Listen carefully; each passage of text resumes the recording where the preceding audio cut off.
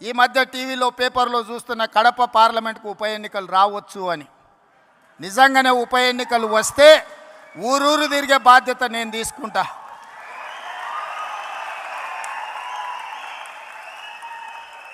కడప పౌరుషాన్ని ఢిల్లీకు చాటే సందర్భం వస్తే కడప జిల్లా వాసుల తరఫున కాంగ్రెస్ పార్టీ జెండా మోయడానికి, గల్లీ గల్లీ తిరగడానికి, అక్కడి నుంచే ఎక్కడైతే పోగొట్టుకున్నామో అక్కడనే వెతుక్కోమని పెద్దలు ఏదైతే చెప్పినరో, ఏ కడప జిల్లాలో కాంగ్రెస్ పార్టీకి దెబ్బ తగిలిందో అదే కడప జిల్లా నుంచి కాంగ్రెస్ పార్టీ జెండాను ఎగరేసి ఆ గడ్డ మీద నుంచే పోరాటం మొదలు పెడదాం.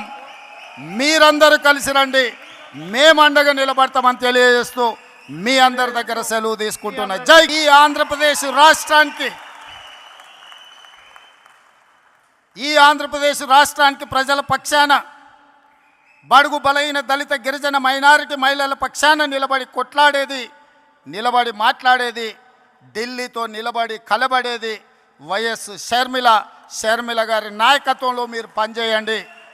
తప్పకుండా 2029లో రాజశేఖర రెడ్డి గారు ఏ విధంగా అయితే 1984లో ప్రస్తావన మొదలుపెట్టి 2004లో 20 సంవత్సరాలు కొట్లాడి ఆనాడు ఉమ్మడి ఆంధ్రప్రదేశ్కు ముఖ్యమంత్రి అయిండో, 2009లో ఈ ప్రస్థానం మొదలుపెట్టి 2029లో ఆంధ్రప్రదేశ్ రాష్ట్రానికి వైఎస్ షర్మిల ముఖ్యమంత్రి అవుతుంది.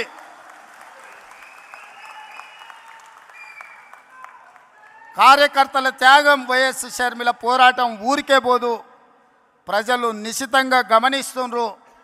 2029లో ఈ దేశానికి రాహుల్ గాంధీ గారు ప్రధానమంత్రి అవుతారు, ఆంధ్రప్రదేశ్లో కాంగ్రెస్ పార్టీ అధికారంలోకి వస్తుంది. ఇదే వైఎస్ఆర్ చివరి కోరిక. ఈరోజు చాలామంది ఆయన పేరు మీద అన్ని రకాల లబ్ధి పొందినారు. కుటుంబ సభ్యులుగా వారసత్వం రాదు, ఆశయాలను మోసినప్పుడే వారసత్వం వస్తుంది. ఆశయాలను మోసే వాళ్ళనే వారసులుగా ఈరోజు మనం గుర్తించాలి, గౌరవించాలి. వైఎస్ఆర్ ఆశయం ఈ దేశంలో కాంగ్రెస్ బలంగా ఉండాలి, బడుగు బలైన దళిత గిరిజన మైనారిటీ మహిళల్ని ఆదుకోవాలి, హక్కున చేర్చుకోవాలి అనే ఆలోచనతో రాహుల్ గాంధీ గారు ప్రధానమంత్రి కావాలన్నదే వైఎస్ఆర్ గారి ఆలోచన.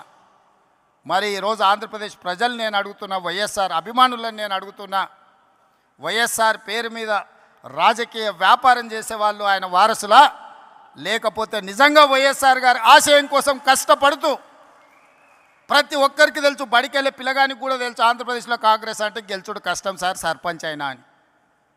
సర్పంచ్ గెలవడానికి కష్టమైనా పర్వాలేదు, నేను కష్టపడతా అని ముళ్ళబాట ఎన్నుకున్నది వైఎస్ షర్మిల. కాంగ్రెస్ పార్టీ జెండా మోస్తుంది అని అంటే కేవలం వైఎస్ఆర్ ఆశయాన్ని కొనసాగించడం కోసమే ఈరోజు వైఎస్ షర్మిల బాధ్యత తీసుకున్నారు. తెలంగాణ రాష్ట్ర ముఖ్యమంత్రిగా, తెలంగాణ కాంగ్రెస్ పార్టీ అధ్యక్షుడిగా గాంధీ కుటుంబానికి వారిచ్చే ఆదేశాలను పాటించేవాడిగా 100% మీకు అందరికీ అండగా నిలబడతాం, షర్మిల గారికి తోడుగా నిలబడతాం. ఆంధ్రప్రదేశ్లో కాంగ్రెస్ను గెలిపించడానికి, కాంగ్రెస్ పార్టీ కార్యకర్తలను కాపాడుకోవడానికి, ఎలాంటి కార్యాచరణ తీసుకోవడానికైనా మేము సిద్ధంగా ఉన్నాం.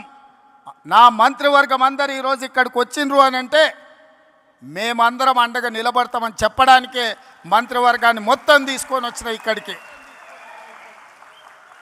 నేను ఒక్కడనే వచ్చుండొచ్చు, లేదా రాహుల్ గాంధీ గారు పంపించినట్టు సందేశాన్ని కూడా పంపించుండొచ్చు. అలా కాకుండా మేమందరం, మా సహచర మంత్రివర్గ సభ్యులందరం కూడా వచ్చి వేదిక మీద కూర్చున్నాము అని అంటే మేమున్నాం మీకు అండగా నిలబడడానికి, మేముంటాం మీకు తోడుగా నిలబడడానికి. షర్మిల గారు చేసే ప్రయత్నాన్ని విజయవంతం చేయడానికి ఈ మధ్య టీవీలో పేపర్లో చూస్తున్న కడప పార్లమెంట్కు ఉప ఎన్నికలు రావచ్చు అని. నిజంగానే ఉప ఎన్నికలు వస్తే ఊరూరు తిరిగే బాధ్యత నేను తీసుకుంటా.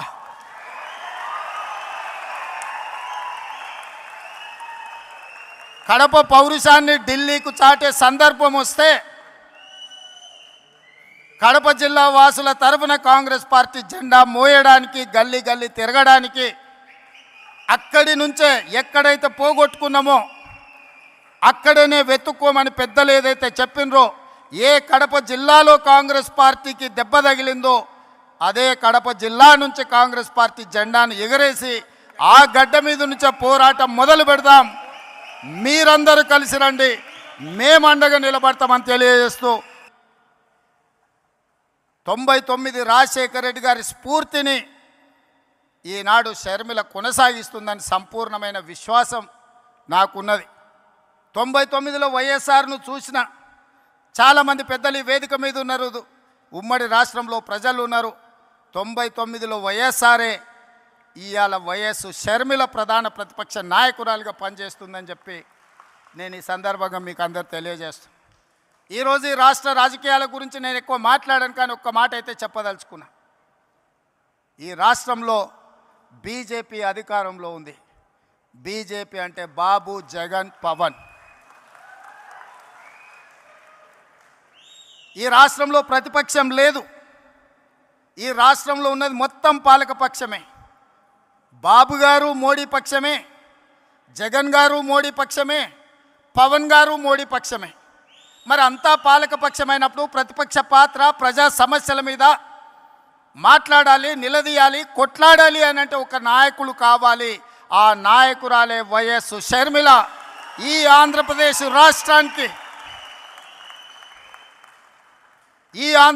రాష్ట్రానికి ప్రజల పక్షాన, బడుగు బలైన దళిత గిరిజన మైనారిటీ మహిళల పక్షాన నిలబడి కొట్లాడేది, నిలబడి మాట్లాడేది, ఢిల్లీతో నిలబడి కలబడేది వైఎస్ షర్మిల.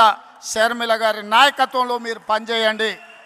తప్పకుండా 2029లో రాజశేఖర రెడ్డి గారు ఏ విధంగా అయితే 1984లో ప్రస్తావన మొదలుపెట్టి 2004లో 20 సంవత్సరాలు కొట్లాడి ఆనాడు ఉమ్మడి ఆంధ్రప్రదేశ్కు ముఖ్యమంత్రి అయిండో, 2009లో ఈ ప్రస్థానం మొదలుపెట్టి 2029లో ఆంధ్రప్రదేశ్ రాష్ట్రానికి వైఎస్ షర్మిల ముఖ్యమంత్రి అవుతుంది.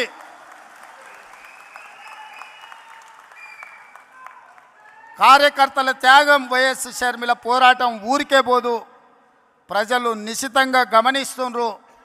2029లో ఈ దేశానికి రాహుల్ గాంధీ గారు ప్రధానమంత్రి అవుతారు. ఆంధ్రప్రదేశ్లో కాంగ్రెస్ పార్టీ అధికారంలోకి వస్తుంది. ఇదే వైఎస్ఆర్ చివరి కోరిక. ఈరోజు చాలామంది ఆయన పేరు మీద అన్ని రకాల లబ్ధి పొందినారు. కుటుంబ సభ్యులుగా వారసత్వం రాదు. ఆశయాలను మోసినప్పుడే వారసత్వం వస్తుంది. ఆశయాలను మోసే వాళ్ళనే వారసులుగా ఈరోజు మనం గుర్తించాలి, గౌరవించాలి.